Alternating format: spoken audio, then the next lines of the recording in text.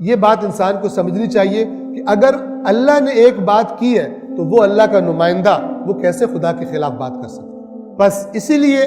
ہمارے ائمہ نے فرمایا کہ ہماری باتیں قرآن پر پرکھو۔ آیت نمبر 46 یہودیوں میں سے کچھ لوگ ایسے ہیں جو کلمات کو ان کی جگہ سے بدل دیتے، یعنی جو لفظ جہاں پر ہے، جو جملہ اس کی جو مراد ہے، یا لفظوں میں تعریف کر دیتے ہیں یا اس کی مراد میں، یہ مراد نہیں ہے یہ مراد ہے۔ یہ کام قرآن کے ساتھ بھی بہت سارے لوگ کرتے ہیں، خاص طور پر جب اپنے فرقے اور مسلک کے معاملات آتے ہیں تو وہاں پہ قرآن مجید کو جس طرف قرآن لے کے جا رہا ہوتا ہے اس سے دوسری طرف رخ پھیرنے کی مختلف طریقوں سے کوشش کرتے ہیں، اور بعض اوقات اس کی نسبت مقدس ہستیوں سے بھی دے دیتے ہیں، ٹھیک ہے۔ اور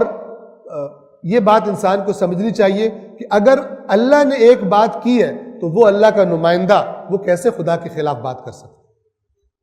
بس اسی لیے ہمارے ائمہ نے فرمایا کہ ہماری باتیں قرآن پر پرکھو۔ اگر قرآن سے تمہیں ایک بات سمجھ آ رہی ہے کہ اللہ تعالیٰ یہ فرما رہا ہے، اور پھر ہمارے نام سے مثلا امام نے یوں فرمایا کوئی بندہ آ کر کہتا ہے، تو وہاں پر دھوس میں نہیں آنا۔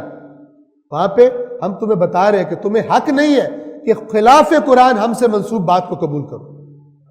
یہ مسئلہ اصلاح کا دروازہ کھولتا ہے، اور اگر اس دروازے کو آپ بند کر دیں اور آپ کہیں نہیں قرآن مجید کو تو پتہ نہیں 70 میننگ ہوتے ہیں اور پتہ نہیں کیا مراد ہے، تو یہ بات جو ہے اس کو ہم فرنٹ پہ رکھیں گے، قرآن کی آیت کو پیچھے کر دیں گے،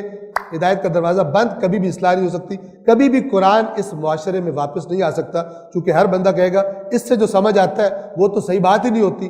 مثلا ہمیں دوبارہ دیکھنا پڑتا ہے۔ یہ